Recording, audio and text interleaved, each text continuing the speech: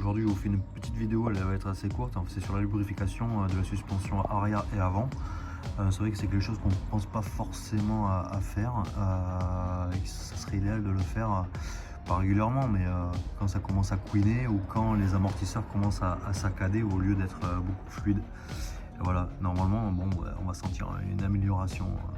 Quand même, c'est pas énorme, mais ça contribue dans l'entretien de la e-cross. Donc là, il faudrait lubrifier entre l'amortisseur et la rondelle avec de l'huile fine.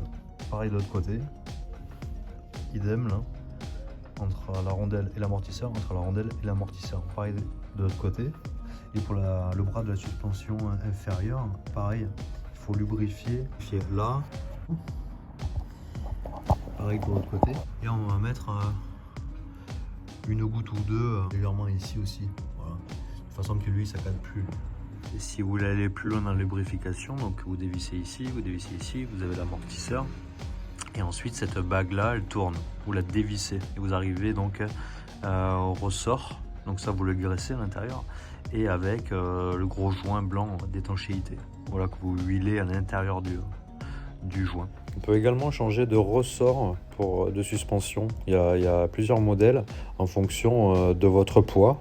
Comme ça, on pourra adapter des ressorts plus souples pour les femmes ou pour des personnes de 40 kg et d'autres pour 80 kg. Voilà, par contre, le battement, lui, ne changera pas. Alors, investir dans un amortisseur réglable. On aura de meilleurs ajustements et on pourra le régler en fonction de la route ou du chemin. La longueur donc, de l'amortisseur sur les e-cross, c'est 110 mm si vous devez le commander.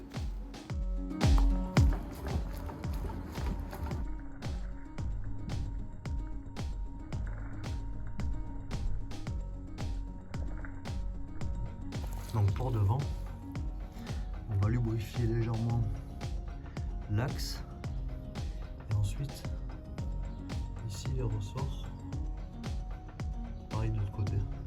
Pas besoin de mettre une tonne, juste de manière à ce que ça couine plus.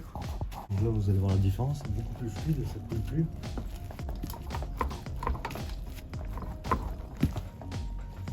En fait, ce qu'on entend, le clac-clac, c'est quand c'est à cause du frein hydraulique. J'ai pas encore coupé le pare-bout en fait. Donc du coup, il y a ça qui touche l'étrier du frein à disque. Allez, à bientôt pour une prochaine vidéo.